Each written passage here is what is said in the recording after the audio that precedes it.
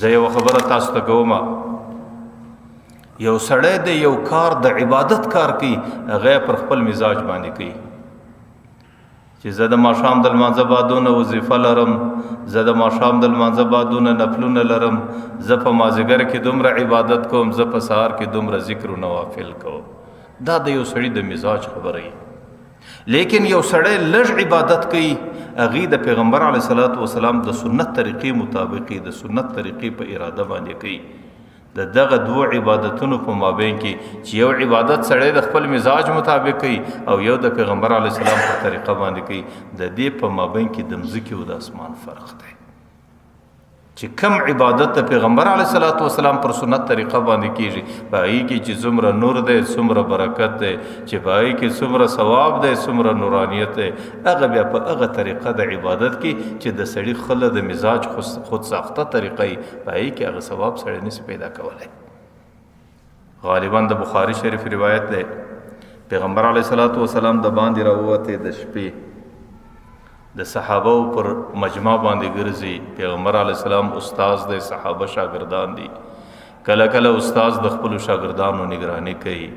پیغمبر علیه الصلاة والسلام فر دی او ټول صحابه موریدان دي، او پیغمبر علیه الصلاة والسلام رهنما او امام دی او ټول صحابه مقتدیان دي. پیغمبر علیه الصلاة والسلام د شپې د خپل حجرې سره ووته، په دې مسجد نبوي کې ګرځي چې صحابه عبادت څنګه کوي. چې رالی حضرت ابوبکر رضی الله عنه په یو کونج کې په لمانځه باندې ولاړ دی او د قرآن کریم تلاوت ډېر آهسته آهسته کوي، کرار کرار کوي. چې کله د هغې سره تیر سو، د مسجد په بل کونج کې د شپې پر لمانځه باندې حضرت عمر رضی الله عنه ولاړ دی، هغې بیا د قرآن کریم تلاوت ډېر په زوره زوره باندې کوي.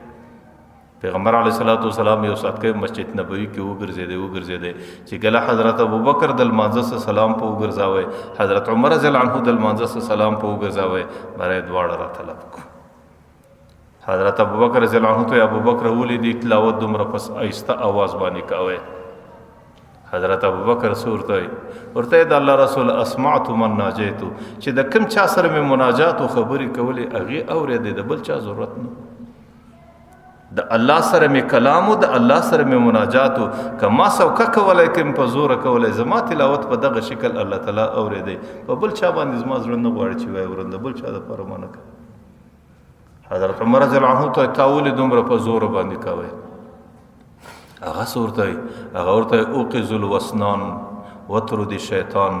یو مې دا بېده خلک راویښول چې هغې په دومره غفلت کې دي، زما د تلاوت په وجه باندې راکښېني لمانځه ته تیار سي، او بل شیطان د په زوره تلاوت څخه ترټل کېږي او تښتي، او شیطان مې د دې ځایه څخه تښتاوی، ځکه د شیطان اثر پر دې بېدو خلکو باندې و، نو شیطان پسې اخیستی چې د خلک د شیطان د غلبې څخه راوغورځي.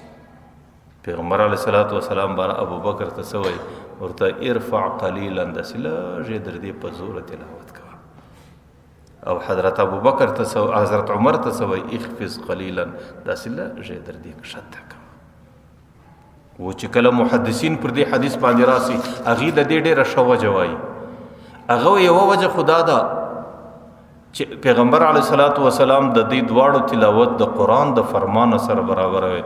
قرآن کریم کې الله تعالی وایي ولا تجهر بصلاتک ولا تخافت بها وابتغ بین ذلک سبیلا.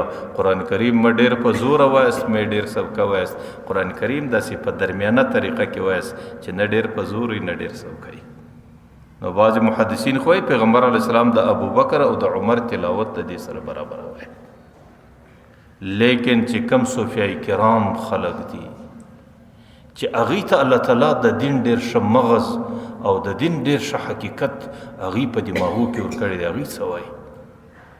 هغې وایي اصل وجه دا وله چې پیغمبر علیه الصلاة والسلام ابوبکر د خپل خود ساخته طریقې سره اړوي، چې دا طریقه خو تا د ځانه جوړه کړې ده، دا طریقه پرېږده. حضرت عمر هم د خود ساخته طریقې سره اړوي چې دا خو ستا خپله طریقه ده. پیغمبر علیه السلام به دواړو ته یو طریقه ورښوله، باره د دې تلاوت پر سنت طریقه سي. او په تلاوت کې ثواب جلا دی، په سنت طریقه کې بیا ثواب جلا دی. د پیغمبر علیه الصلاۃ والسلام کوشش دا کوي چې دا طریقې دی د ځانه جوړې کړي دي، پر دې باندې ثواب ستا، لیکن د سنت ثواب خو نسته، ځکه دا سنت طریقه نه ده. او پیغمبر علیه السلام درمیانه طریقه ورته وټاکله چې د دې دواړو ثواب پر سنت طریقه برابر سي. ځکه پیغمبر علیه السلام ورته تیلر سوکه کا تیلر په زوره کا.